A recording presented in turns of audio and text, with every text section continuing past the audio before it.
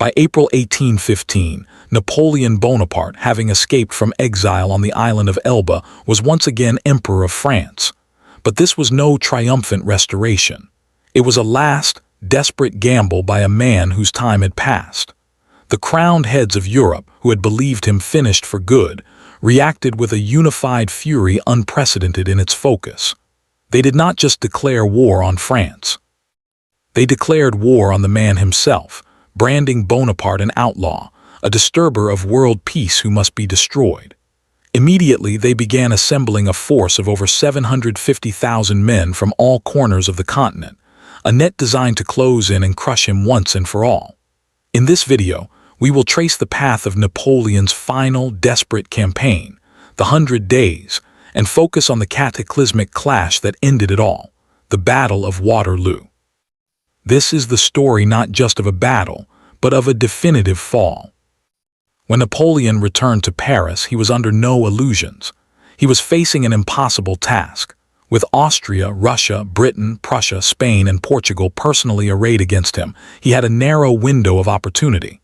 He had to move fast before that overwhelming force could descend on France from all directions. His only hope was to strike first, break the coalition's will, and force a negotiated peace. But to do that, he needed a victory, and he needed it quickly. Let's look at the situation in early June 1815. Napoleon is here, based in Paris. He has managed to muster around 198,000 troops for his main army, the Army of the North. But of that number, more than 60,000 were necessarily dispersed in garrisons around the country, leaving him with perhaps 130,000 men for his offensive strike. The clock was ticking. The Austrians, Russians, Spanish, and Portuguese were mobilizing, with a coordinated invasion planned for July 1st.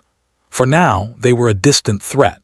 The immediate danger was here, in Belgium. There, two Allied armies stood guard. To the east was the Prussian army of the Lower Rhine, a tough, motivated force of 120,000 men under the command of the fiery and determined 72-year-old Field Marshal Gebhard von Blücher. To the west was an Anglo-Allied army of 112,000, a mixed force of British, Dutch, Belgian, and German troops under the command of the supremely cautious and defensive-minded Duke of Wellington. Separately, Napoleon could potentially beat either one, but if they combined, they would outnumber him decisively. His survival depended on one thing, preventing that union. So Napoleon's plan was born of necessity.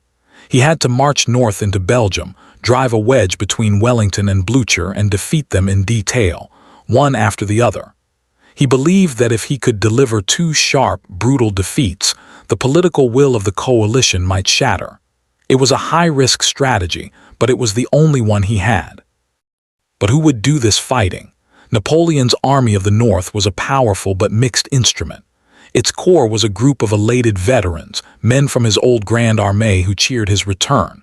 They were filled with spirit but were not the endless ranks of 1805. They were supplemented by conscripts and National Guardsmen, eager but green. The true backbone, however, was the Imperial Guard, his elite, veteran shock troops, the men he relied on to turn the tide. As a former artilleryman, Napoleon also prioritized his guns. He amassed 366 cannons, including the heavy 12-pounder Beautiful Daughters of his Grand Battery, and his cavalry, 22,000 strong, was excellent. Commanded by Marshal Ney, the bravest of the brave, it included the famed cuirassiers, heavy horsemen clad in steel breastplates, a terrifying sight on the charge. Opposing them were two very different armies. Blücher's Prussians were organized into 4 corps.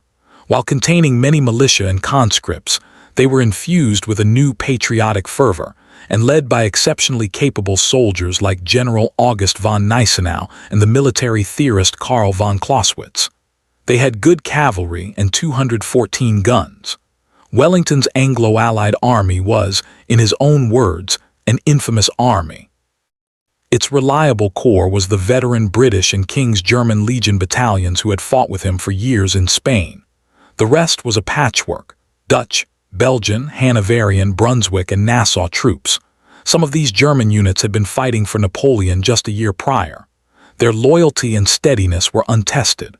Wellington's cavalry under the Earl of Uxbridge was numerous at 15,000, but he was heavily outgunned, with only 156 cannons. Wellington knew his army's weaknesses. His genius lay in using terrain to compensate. Both Allied commanders knew Napoleon was coming, but in an age where information moved at the speed of a galloping horse, neither knew exactly where or when he would strike. The initiative, for one last time, belonged to Bonaparte. From Napoleon's perspective, the logic was clear. He absolutely had to split the Prussians and the Anglo-Dutch. He calculated that if threatened, Wellington would naturally protect his supply lines back to the English Channel at Ostend, pulling him west. Blücher would protect his lines back to Prussia, pulling him east. This created a seam between them. Napoleon's plan was to advance rapidly up that seam, force the two armies apart, and then destroy them individually. The entire campaign hinged on geography, specifically on one critical crossroads. That crossroads was Quatre Bras, which literally means 4 arms. It was the junction of the north-south road from Charleroi to Brussels, and crucially, the east-west road linking Wellington's army near Brussels to Blücher's army near Namur. Whoever held Quatre Bras controlled the link between the two Allied armies. Cut that road, and the alliance would be broken on the battlefield before the fighting even began. Napoleon, a master of maps, saw this instantly. And so, at dawn on June 15, 1815, Bonaparte made his move.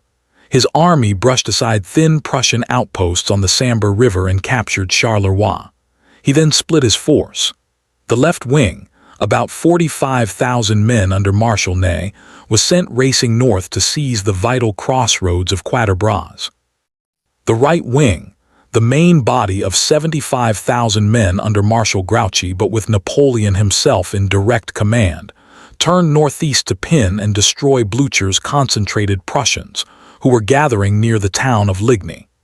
The campaign, later known as the 100 Days, had reached its decisive phase. The importance of this move was not lost on the Allies, but information traveled slowly.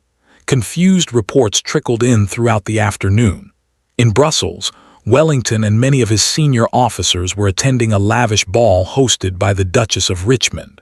It was there, shortly before midnight, that confirmation finally arrived. The French were across the border in strength and advancing fast. Wellington is said to have calmly remarked, "Napoleon has humbugged me, by God. He has gained 24 hours' march on me." The ball ended abruptly.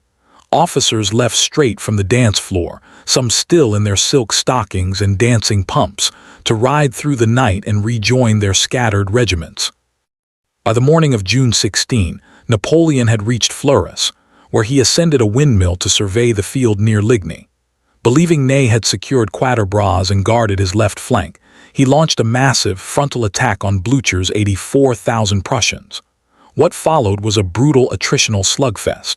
For 9 hours, the French and Prussians fought a vicious battle of attack and counterattack around the villages of Ligny and Saint-Amand. It was close, bloody infantry combat. Finally, in the early evening, Napoleon played his trump card. He committed part of his Imperial Guard. This elite force broke the Prussian center at the Ligny Bridge. Seeing disaster, the 72-year-old Field Marshal Blücher personally led a desperate cavalry charge to plug the gap. It was a heroic failure. His horse was shot, and he was trapped underneath, nearly trampled by his own retreating cavalry and almost captured. Battered and bruised, he was carried from the field. That night, legend has it, his aides revived him with a liberal application of rhubarb and liniment. Ligny was a tactical victory for Napoleon. He inflicted over 16,000 casualties on the Prussians and drove them from the field. He believed they were utterly defeated and fleeing east, back towards their homeland and away from Wellington. Confident in this assumption, he made a fateful decision. He detached Marshal Grouchy with 33,000 men, a full third of his striking force, with orders to pursue the fleeing Prussians and prevent them from reforming. With that, Napoleon turned his remaining 72,000 men towards Wellington, who, he assumed, must now be in full retreat after losing Quatre-Bras. But Quatre-Bras had been a fiasco for the French. Marshal Ney, for reasons historians still debate, had been uncharacteristically hesitant. He delayed his attack for critical hours, allowing Wellington time to rush reinforcements to the crossroads. What should have been a swift capture turned into a bloody, afternoon-long stalemate. The key crossroads never fell. The Allied line held. The depth of the French failure at Quatre-Bras is best shown by the saga of one corps, General d'Erlon's 20,000 fresh men. Positioned between Ney and Napoleon, they spent the entire day of the 16th marching back and forth uselessly. First ordered by Ney to attack Quatre-Bras, they turned around on a direct command from Napoleon to hit the Prussian flank at Ligny. As they neared Ligny, a furious counterorder from Ney demanded their immediate return. They arrived back at Quatre-Bras too late to influence either battle. This wasted force symbolized the broken coordination in the French high command. By nightfall on June 16, a torrential summer storm drenched the battlefield, turning roads into quagmires. Wellington, now learning the Prussians had been beaten but were retreating north, towards him, not east, made his decision. He would not retreat all the way to the coast. Instead, he would fall back to a defensive position he had personally reconnoitered the year before, a ridge just south of the village of Waterloo called Mont Saint-Jean. There he would make his stand and trust Blücher's promise to reunite. Napoleon, suffering from painful piles and a stomach complaint but confident Grouchy was shepherding the Prussians away, followed Wellington. On the night of June 17, he laid out his plan for the next day. It was straightforward. Launch a heavy diversionary attack on Wellington's right flank at the fortified farm of Hougoumont, designed to draw in the Duke's reserves.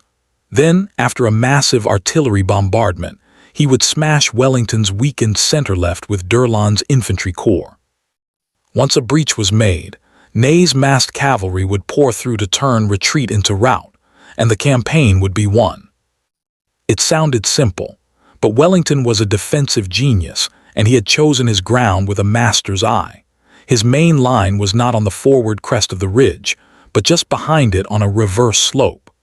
This hid his true strength and his main formations from French view, and more importantly, from the direct fire of Napoleon's cannon. His real mastery, however, was in 3 fortified farm complexes he turned into breakwaters ahead of his line. On his far right was the chateau farm of Hougoumont, a sprawling complex with woods, gardens, and stout buildings. He filled it with his best light troops. In the center left, just west of the main Brussels road, was the smaller farm of La Haye-Saint. It was garrisoned by the steady, rifle-armed soldiers of the King's German Legion. On his far left was the farm of Peyplot, key for maintaining a link with the Prussians he hoped would arrive. These strongpoints were designed to suck in French troops, break up their attacks, and buy time. The battle began late, around 11:30 a.m. on June 18, as Napoleon waited for the rain-soaked ground to dry so his cannonballs would skip and bounce lethally. The opening move was the diversion, an attack on Hougoumont, but the diversion became a battle of its own. Instead of just a feint, Napoleon's brother, Prince Jérôme, threw division after division at its walls in a futile, bloody obsession. For hours, French infantry were slaughtered in the woods and gardens. The farm burned, but it held.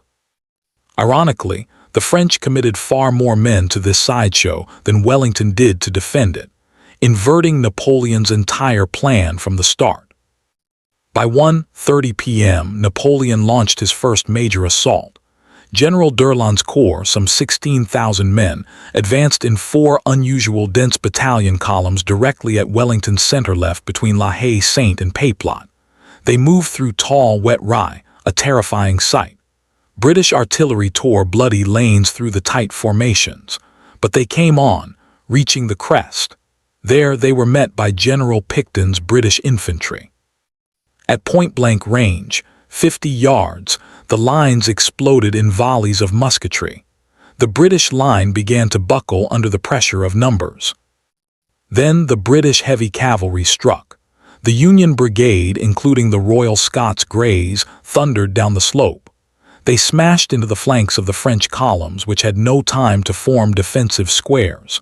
The effect was catastrophic. The French columns were shattered, driven from the ridge, thousands were cut down, and 2 Imperial Eagles were captured. In their exhilaration, the British cavalry rode too far, straight into Napoleon's massed gun line, where they were countercharged by French lancers and cut to pieces.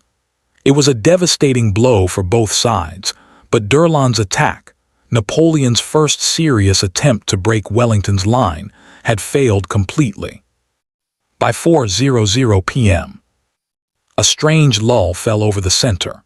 Wellington, seeing his men being pounded by French artillery, ordered his infantry to retreat a few yards back onto the reverse slope and lie down. Through the battle smoke, Marshal Ney misinterpreted this movement. He believed Wellington was beginning a full retreat, seizing what he thought was the moment of victory, and without Napoleon's explicit order or proper infantry support, he launched a grand cavalry charge. It was one of the great tactical blunders in military history. Over 5,000 of France's finest heavy cavalry, cuirassiers, dragoons, and lancers began to advance.